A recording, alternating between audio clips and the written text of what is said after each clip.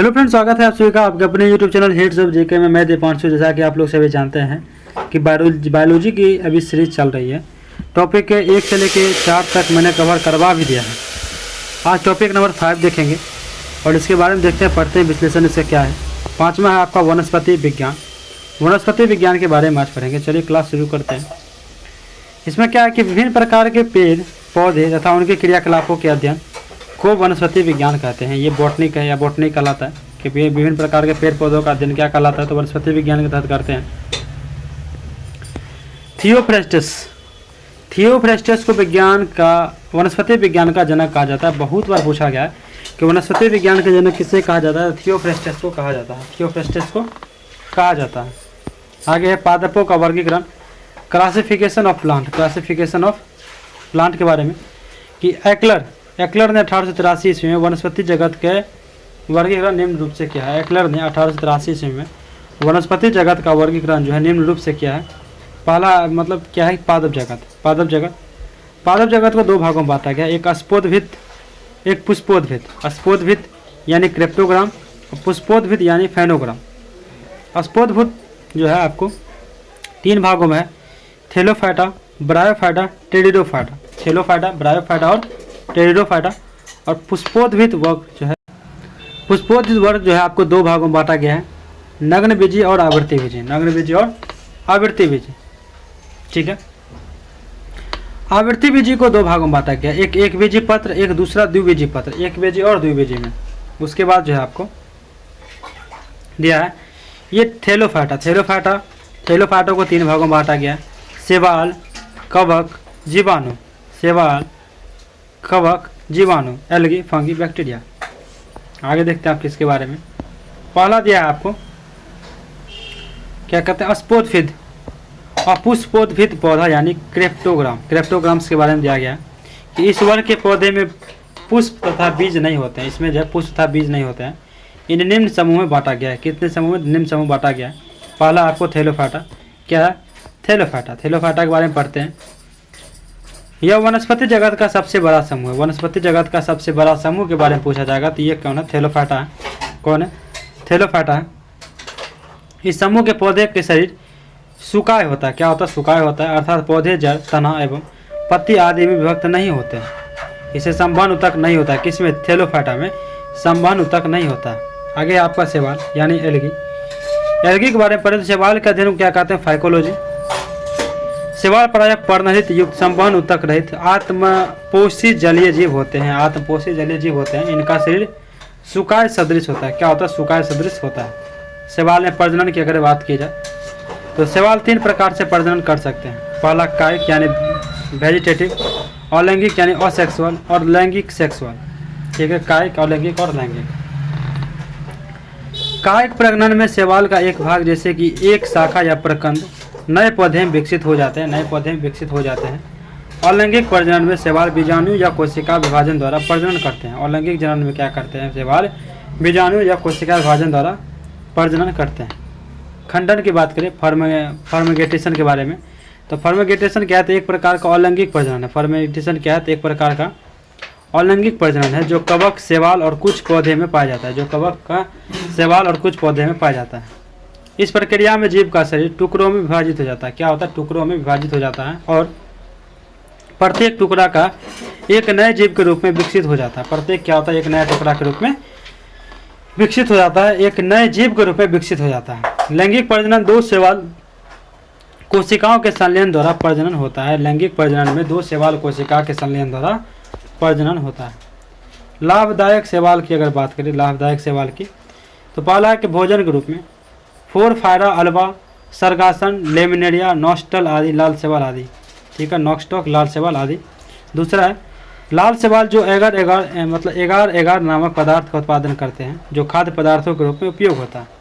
Iodine बनाने में laminaria, Fucus, एक्लोनिया आदि।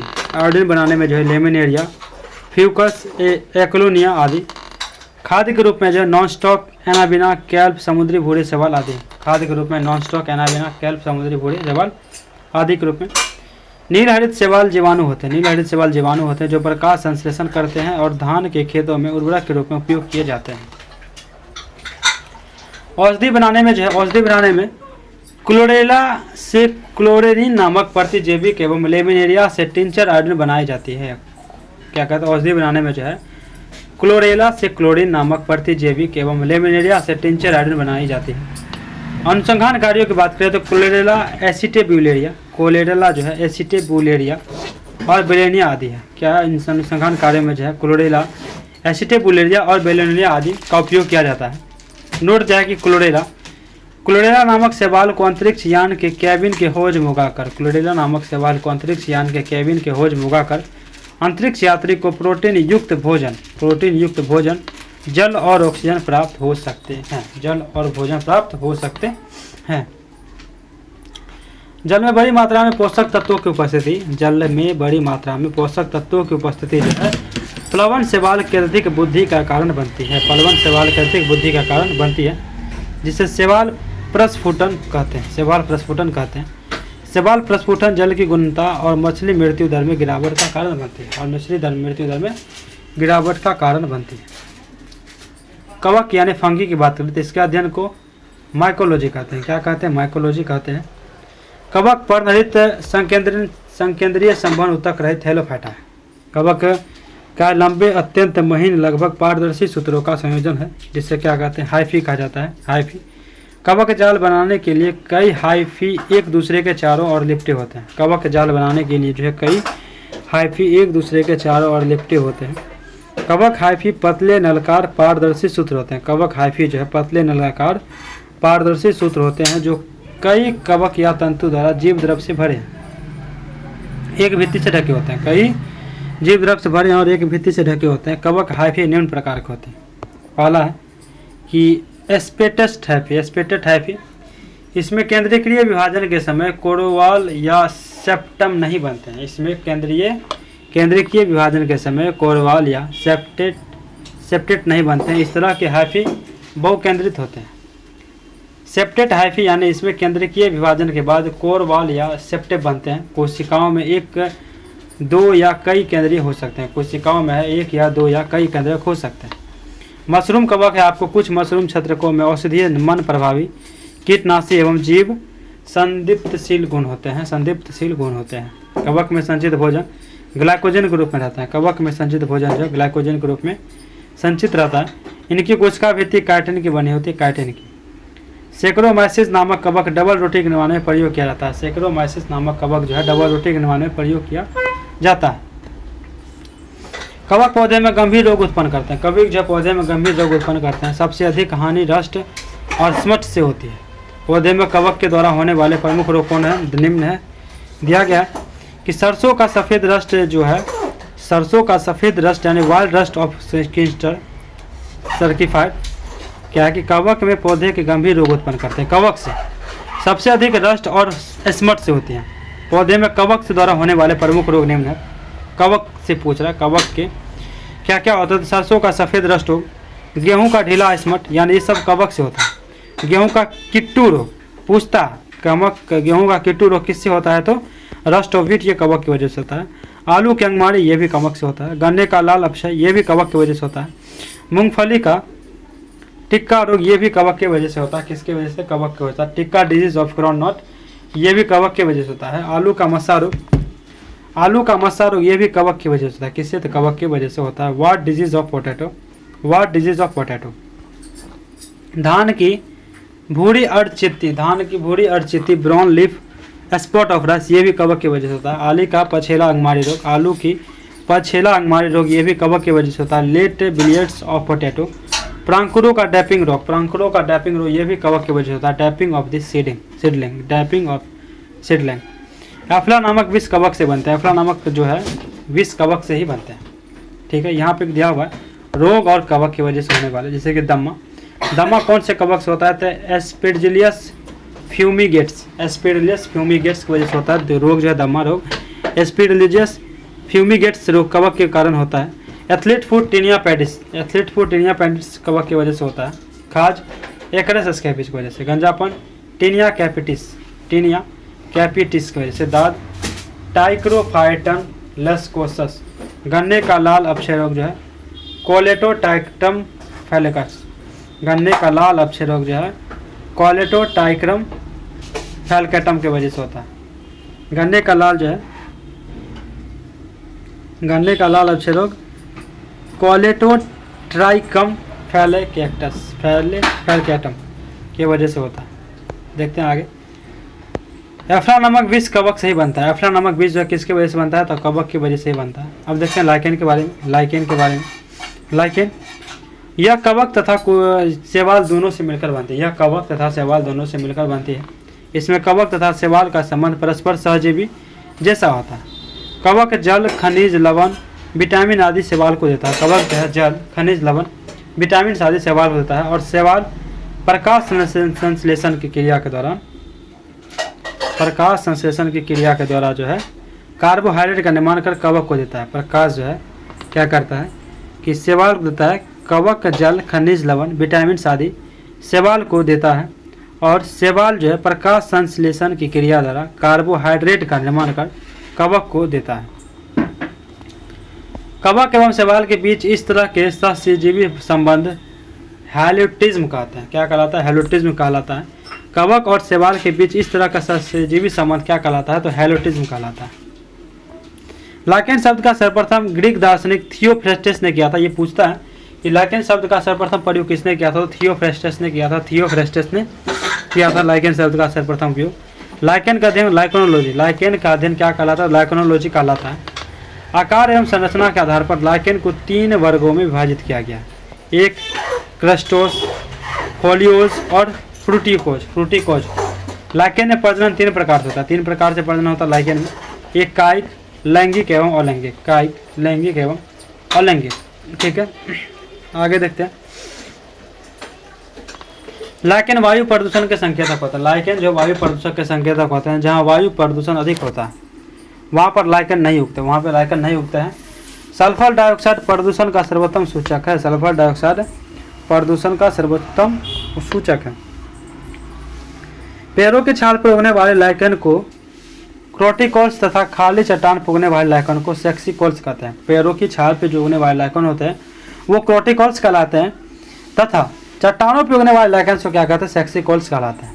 लाइकेन मृदा निर्माण की प्रक्रिया में सहायक होता है। लाइकेन मृदा निर्माण में प्रक्रिया में क्या होता है? तो ये लाइकेन भी सहायक होता है। और चिल लेक्नोडा जैसे लाइकेन से नीला रंग प्राप्त किया जा सकता है। और चिल लेक्नोडा जैसे लाइकेन से नीला रंग प्राप्त किया जाता है। प्रयोगशाला में प्रयोग होने वाले लिटमस पेपर रोसेला नामक लाइकेन से प्राप्त होता है। ये पूछता है कि प्रयोगशाला में लिटमस पेपर का यूज़ करते हैं वो कौन से लाइकेन का यूज़ में किया जाता है? रोसेला नामक लाइकेन से प्राप्त किया जाता है। लोबेरिया, इरवेनिया, रमेनीला आदि लाइकेन का उपयोग इत्र बनाने में किया जाता है। लोबेरिया, इरवेनिया, रमेनीला आदि लाइकेन का उपयोग इत्र बनाने में किया जाता है। परमेलिया सेक्सटिलिस का उपयोग मिर्गी के दवा बनाने में किया जाता है। परमेलिया सेक्सटिलिस का जो उपयोग है यह आपको मिर्गी के दवा बनाने में किया जाता है। ये लाइकेन है। असनिया नामक लाइकेन से प्रतिजैविक असनिक अम्ल प्राप्त किया जाता है। असनिया नामक लाइकेन से प्रतिजैविक असनिया अम्ल प्राप्त किया जाता है। डायरिया, हाइड्रोफोबिया, पीलिया, काली खांसी आदि रोग में उपयोगी कई प्रकार की औषधियाँ लाइकेन से बनाई जाती है। कई लाइकेन खाद्य पदार्थों के रूप में प्रयोग किए जाते हैं। कई लाइकेन जो है खाद्य पदार्थों के रूप में प्रयोग किया जाता है। रेंडियर मॉन्स या कैलेडोनियम को आर्कटिक भाग में भोजन के रूप में प्रयोग किया जाता है। आइसलैंड मॉन्स को स्वीडन, नॉर्वे तथा आइसलैंड जैसे यूरोपीय देशों में केक बनाने में उपयोग में लाया जाता है।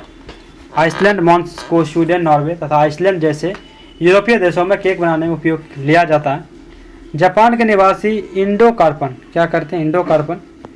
इंडोकार्पन का उपयोग सब्जी के रूप में करते हैं। इंडोकार्पन लाइकेन का जो उपयोग ये सब्जी के रूप में करते हैं। कौन? जापानी। भारत में परमेलिया का उपयोग सालन यानी कड़ी बनाने में किया जाता है। परमेलिया लाइकेन का जो उपयोग है भारत में वो कड़ी बनाने में किया जाता है। आगे है जीवाणु, उसका ये नोट्स भी पढ़ लेंगे जो दिया हुआ छोटा सा। बैक्टीरिया, जीवाणु के बारे में पढ़ते हैं। इसकी खोज 1683 ईस्वी में हॉलैंड के एंटोनिवन ल्यूनहॉक ने की थी। इसकी खोज जो है 1683 ईस्वी में एंटोनिवन ल्यूनहॉक ने की थी। जीवाणु विज्ञान का पिता ल्यूनहॉक को कहा जाता है। जीवाणु विज्ञान का पिता किसे कहा जाता है? तो ल्यूनहॉक को कहा जाता है। एरनबर्ग की अगर बात करें, एरनबर्ग ने 1829 ईस्वी में जीवाणु नाम दिया। एरनबर्ग ने जीवाणु नाम दिया 1829 ईस्वी में, 1829 ईस्वी में जीवाणु नाम दिया। एक बार ये पढ़ लेते हैं, उसके बाद नीचे पढ़ेंगे विषाणु के बारे में। विषाणु खोज रूस के वैज्ञानिक इवानोव्स्की ने 1882 में की थी। विषाणु खोज रूस के वैज्ञानिक इवानोव्स्की ने 1882 में की थी। तंबाकू के मोजक रोग पर, किससे? तंबाकू के मोजक रोग पर। तंबाकू के मोजक रोग पर खोज के समय इनकी प्राकृतिक सजीव और निर्जीव दोनों प्रकार की होती थी। तंबाकू में जब ये खोज किया गया था उस समय जो है इसकी प्रकृति सजीव और निर्जीव दोनों प्रकार की थी। इसी कारण इन्हें सजीव और निर्जीव की कड़ी भी कहा जाता है। किसे? विषाणु को। विषाणु के निर्जीव होने के लक्षण अगर बात करें तो ये कोसा के रूप में नहीं होते हैं। ये जो है कोसा के रूप में निर्मित नहीं होता है। इनको क्रिस्टल बनाकर निर्जीव पदार्थ की भांति बोतलों में भरकर वर्षों तक रखा जा सकता है। अब सजीव जैसे लक्षण के अगर कारण देखें तो इनके न्यूक्लिक अम्ल का द्विगुणन होता है। इसमें जो है न्यूक्लिक अम्ल का द्विगुणन होता है। किसी जीवित कोशिका में पहुंचते ही ये सक्रिय हो जाते हैं और एंजाइम का संश्लेषण करने लगते हैं। कौन? विषाणु। इसीलिए इसमें सजीव लक्षण। परपोषी प्रकृति के अनुसार विषाणु 3 प्रकार के होते हैं। परपोषी प्रकृति के अनुसार अगर बात करें तो विषाणु को 3 भागों में बांटा गया है। पादप विषाणु, जंतु विषाणु, बैक्टीरियोफेज या जीवाणु भोजी। पादप विषाणु की बात करें तो इसका न्यूक्लिक अम्ल में आरएनए होता है। इसके न्यूक्लिक अम्ल में आरएनए होता है। जंतु विषाणु की बात करें तो इनमें डीएनए या कभी कभी आरएनए भी पाया जाता है। डीएनए या कभी कभी आरएनए भी पाया जाता है। बैक्टीरियोफेज या जीवाणु भोजी, ये केवल जीवाणुओं पर आश्रित रहते हैं। ये जीवाणुओं को मार डालते हैं। ये जीवाणु क्या करते हैं? तो मार डालते हैं। इनमें डीएनए पाया जाता है। जैसे टी2 फेज। किसी वायरस में उत्परिवर्तन म्यूटेशन इसके आनुवंशिक द्रव्य में परिवर्तन के कारण होते हैं। जैसे कि टी2 फेज में क्या होता है कि किसी वायरस में उत्परिवर्तन म्यूटेशन इसके आनुवंशिक द्रव्य में परिवर्तन के कारण होते हैं। नोट, जिस विषाणु में आरएनए आनुवंशिक पदार्थ होता है उसे रेट्रो विषाणु कहते हैं। क्या कहते हैं? रेट्रो विषाणु कहते हैं।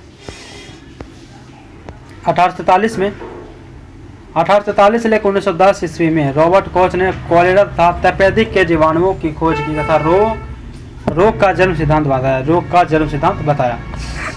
1812 से लेकर 92 ईस्वी में लुई पास्चर ने रेबीज के टीके का, यानी 1812 से लेकर 1892 ये लुई पास्चर का जीवन पीरियड है। उन्होंने रेबीज के टीके यानी दूध के पाश्चुरीकरण की खोज की। रेबीज के टीके तथा दूध के पाश्चुराइजेशन की खोज की। कौन? तो लुई पास्चर ने 1882 में। आकृति के आधार पर जीवाणु कई प्रकार के होते हैं। ये हम क्या पढ़ रहे हैं? तो जीवाणु यानी बैक्टीरिया के बारे में पढ़ रहे हैं। ये विषाणु का शॉर्ट नोट है जो कि पढ़ लिया है। आकृति के आधार पर जीवाणु कई प्रकार के होते हैं। छराकार यानी बेसिलियस, यह छड़नुमा या बेलनाकार होता है। कौन? छराकार। गोलाकार यानी कॉल्सस, ये गोलाकार एवं सबसे छोटे जीवाणु होते हैं। कौन? गोलाकार। कोमाकार के जो अगर बात करें तो कोमा सेप या विब्रियो, अंग्रेजी के चिन्ह कोमा के आकार के उदाहरण विब्रियो कोलोरी होता है। ये इस तरह के होता है। सर्पिलाकार की बात करें तो सर्पिलाकार जो है आपका स्प्रिंग या स्क्रू के आकार के होते हैं। दूध को अधिक दिनों तक सुरक्षित रखने के लिए इसका पाश्चुरीकरण करते हैं। इसमें 2 विधियाँ होती हैं। किसका? सर्पिलाकार बैक्टीरिया का यूज। 2 विधियाँ कौन कौन सी है? Low temperature holding method LTH। दूध को 62.8 डिग्री सेल्सियस पर 30 मिनट तक गर्म करते हैं। इसमें low temperature holding method LTH में। High temperature short time method यानी HTST। दूध को 71.7 डिग्री सेल्सियस पर 15 सेकंड तक गर्म करते हैं। दूध को 71.7 डिग्री सेल्सियस पर 15 सेकंड तक गर्म करते हैं। एनाबिना की अगर बात करें, एनाबिना तथा नॉन स्टॉक नामक साइनोबैक्टीरिया वायुमंडल की N2 स्थिरीकरण करते हैं। एनाबिना तथा नॉन स्टॉक नामक साइनोबैक्टीरिया वायुमंडल की N2 का स्थिरीकरण करते हैं। राइबोजियम तथा बेडरिया राइबोजियम इत्यादि जीवाणु के जातियाँ लेग्यूमिनेसी यानी मटर कुल के पौधे की जड़ में रहती है। और वायुमंडलीय N2 की स्थिरीकरण करती है। और वायुमंडलीय N2 का स्थिरीकरण भी करते हैं। कौन? राइबोजियम। ठीक है। और एनाबेना क्या करता है, एनाबेना तथा नॉनस्टॉक नामक साइनोबैक्टीरिया वायुमंडल के N2 स्थिरीकरण करते हैं। एजेटोबैक्टर, एजेटोबैक्टर का भी क्वेश्चन पूछा जाता है एजेटोबैक्टर के बारे में। एजेटोबैक्टर यानी एजोस्पाइरिलम तथा क्लोरोस्ट्रिडियम जीवाणु की कुछ जातियां स्वतंत्र रूप से मिट्टी में निवास करती है, स्वतंत्र रूप से मिट्टी में निवास करती है। वो मिट्टी के कणों के बीच स्थित वायु के नाइट्रोजन का स्थिरीकरण भी करते हैं। कौन? एजेटोबैक्टर। चर्म उद्योग में चमड़े से बालों और वसा हटने का कार्य जीवाणु के द्वारा होता है। चर्म उद्योग में जो है चमड़े से बालों और वसा हटाने का कार्य जीवाणुओं के द्वारा ही होता है चर्म उद्योग में। इसे चमड़ा कमाना या टैनिंग कहते हैं। क्या कहलाता है? टैनिंग कहलाता है। पूछता है टैनिंग प्रोसेस क्या कहलाता है? टैनिंग प्रोसेस ये क्या कहलाता है कि चर्म उद्योग में चमड़े से बालों और वसा हटाने की क्रिया क्या कहलाती है? टैनिंग कहलाती है। अचार, मुरब्बे, शरबतों को शक्कर की गाढ़ी चाशनी में या अधिक नमक में रखते हैं ताकि जीवाणुओं का संक्रमण होते ही जीवाणुओं का जीव द्रव्य कुंजन हो जाता है तथा जीवाणु नष्ट हो जाते हैं। इसीलिए अचार, मुरब्बे बहुत अधिक दिनों तक क्या होते? खराब नहीं होते हैं। शीत संग्रहकार में न्यून ताप -10 डिग्री सेल्सियस से लेकर -18 डिग्री सेल्सियस पर सामग्री का संचय है। क्या है? सामग्री का संचय है। आगे देखते हैं बायोफाइटा। बायोफाइटा यह सबसे सरल स्थलीय पौधे का समूह है। यह सबसे सरल स्थलीय पौधे का समूह है। इसका प्रभाग में लगभग 25,000 जातियां सम्मिलित है। कितने? 25,000 जातियां सम्मिलित है। इसमें संवहन उत्तक अर्थात जाइलम एवं फ्लोएम का पूर्णतः अभाव होता है। किसमें? तो बायोफाइटा में। इस समुदाय को वनस्पति जगत का उभयचर यानी एम्फीबिया वर्ग कहा जाता है। वनस्पति जगत का उभयचर यानी एम्फीबिया वर्ग कहा जाता है। इस समुदाय के पौधे मृदा अपरदन को रोकने में सहायता प्रदान करते हैं। अब देखते हैं कि एस्फेगनम नामक मॉन्स अपने स्वयं के भार से 18 गुना अधिक पानी सोखने की क्षमता रखता है। इसीलिए माली इसका उपयोग पौधे को एक स्थान से दूसरे स्थान पर ले जाते हैं। समय सूखने से बचने के लिए करते हैं। समय सूखने से बचाने के लिए करते हैं। एस्फेगनम मॉन्स का प्रयोग ईंधन के रूप में किया जाता है। एस्फेगनम मॉन्स का प्रयोग ईंधन के रूप में किया जाता है। एस्फेगनम मॉन्स का प्रयोग एंटीसेप्टिक के रूप में भी किया जाता है। किसके रूप में? तो एंटीसेप्टिक के रूप में भी किया जाता है एस्फेगनम मॉन्स का प्रयोग। टेरिडोफाइटा की अगर बात करें, टेरिडोफाइटा इस समूह के पौधे नमी छायादार स्थानों, जंगलों एवं पहाड़ों पर अधिकता में पाया जाता है। इस समूह के पौधे नमी छायादार स्थानों, जंगलों एवं पहाड़ों पर अधिकता से पाया जाता है। पौधे का शरीर जड़, तना, शाखा एवं पत्तियों के विभेदित रहता है। तना साधारणतः राइबोसोम के रूप में रहता है। तना जो है साधारण राइजोम के रूप में रहता है। पौधे बीजाणुजनक होते हैं। पौधे क्या होते हैं? बीजाणुजनक होते हैं और जनन की क्रिया में बीजाणु के द्वारा होती है। और पौधे बीजाणुजनक होते हैं और जनन की क्रिया बीजाणु के द्वारा ही होती है। इस समुदाय में पौधे में संवहन उत्तक पूर्ण विकसित होता है। इस समुदाय में जो पौधे में संवहन उत्तक जो पूर्ण विकसित होता है, परंतु जाइलम में बेसेल एवं फ्लोएम में सहकोशाएं नहीं होती है। क्या होते हैं? बेसेल और फ्लोएम में सहकोशाएं नहीं होती है। पुष्पोद्भिद या फूल वाला पौधा, पुष्पोद्भिद या फूल वाला पौधा की अगर बात करें तो इस समूह के पौधे में पूर्ण विकसित होते हैं। इस समूह के पौधे पूर्ण विकसित होते हैं। इस समूह के सभी पौधे में फूल क्या करते हैं? सभी फूल इस समूह के पौधे में पूर्ण विकसित होते हैं। इस समूह के सभी पौधे में फूल, फल तथा बीज होता है। इस समूह के पौधे को 2 उपसमूह में बांट सकते हैं। इस समूह के पौधे को 2 उपसमूह में बांट सकते हैं। एक नग्न बीजी, दूसरा आवृत्ति बीजी। पहला नग्न बीजी और दूसरा आवृत्ति बीजी। नग्न बीजी की अगर बात करें जिम्नोस्पर्म की, इनके पौधे वृक्ष, झाड़ी या आरोही के रूप में होते हैं। इनके पौधे जो है वृक्ष, झाड़ी या आरोही के रूप में होते हैं। पौधे काष्ठीय, बहुवर्षीय और लंबे होते हैं। पौधे जो है काष्ठीय, बहुवर्षीय और लंबे होते हैं। इनकी मूसलाधार पूर्ण विकसित होते हैं। इनके जो मूसलाधार हैं वो पूर्ण विकसित होते हैं।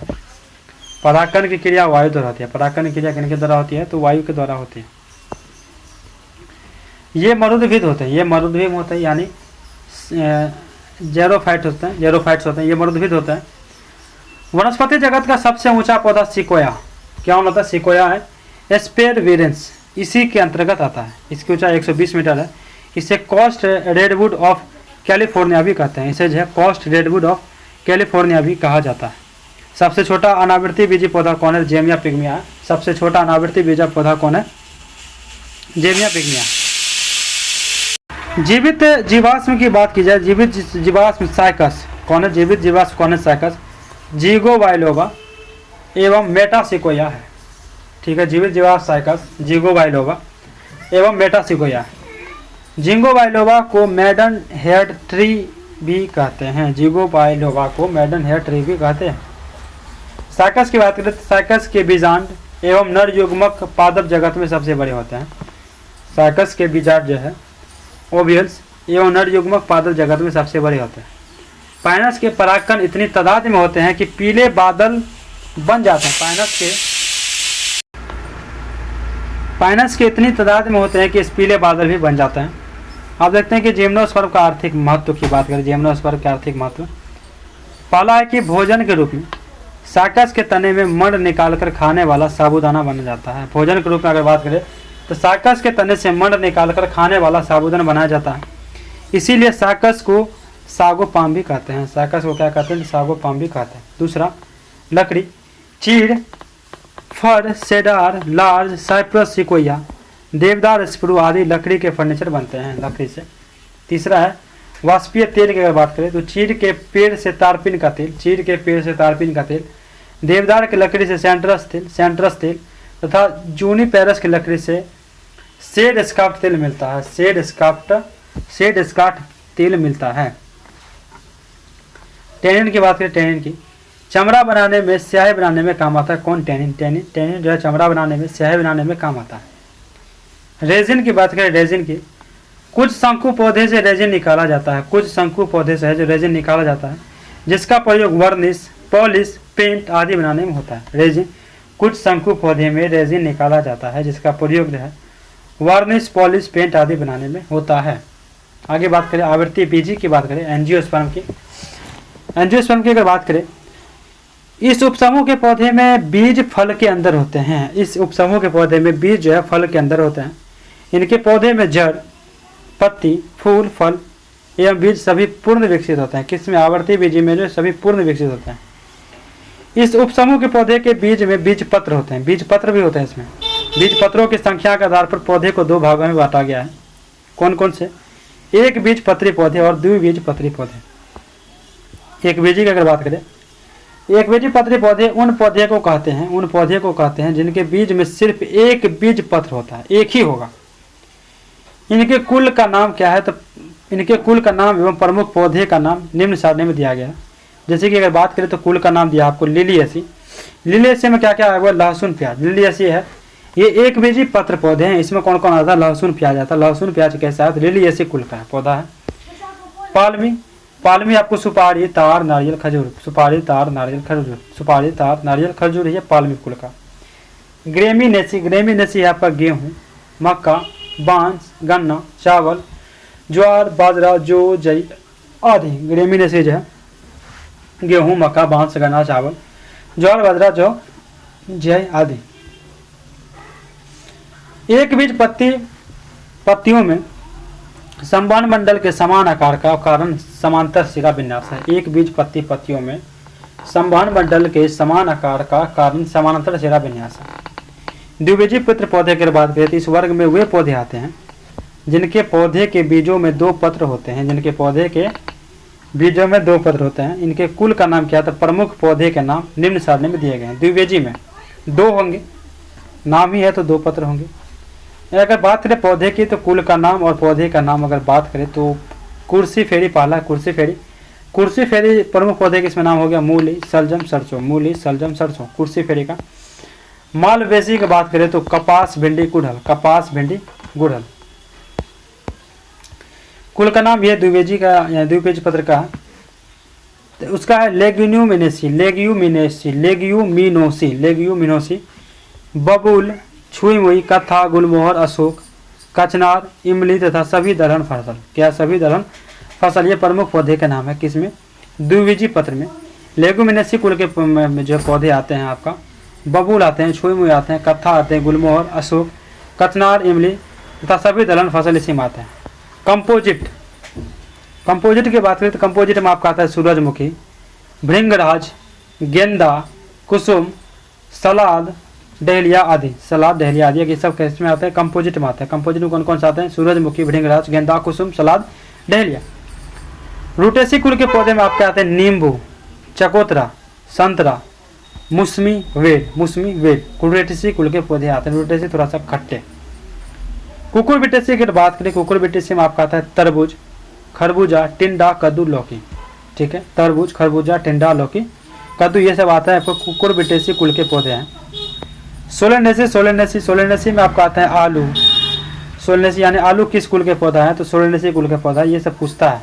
सोलेनेसी में आता है आपको आलू, मिर्च, बैंगन, मकोई, धतूरा, बेलाडिना, टमाटर आदि। रोजेसी की अगर बात करें, रोजेसी में आपको आता है स्ट्रॉबेरी, सेब, बादाम, नाशपाती। स्ट्रॉबेरी, सेब, बादाम, नाशपाती आता है आपका रोजेसी में। किस में आता है? तो रोजेसी में आता है। आगे पादप आकार की जो यहाँ से है ना, हम सब नेक्स्ट क्लास में पढ़ेंगे क्योंकि बड़ा है, और इसकी पार्ट 2 में हम सारा कवर कर लेंगे। देखिए लगभग 10 पेज का बचा हुआ। पादप आकार से नेक्स्ट क्लास में पढ़ेंगे, तो जरूर रहिएगा मेरे साथ। मिलते हैं नेक्स्ट क्लास में। धन्यवाद, जय हिंद। पार्ट 2 जल्दी इसके आगे कल ही लाऊंगा मैं इसके पार्ट 2। ठीक है, मिलते हैं नेक्स्ट क्लास में। धन्यवाद, जय हिंद।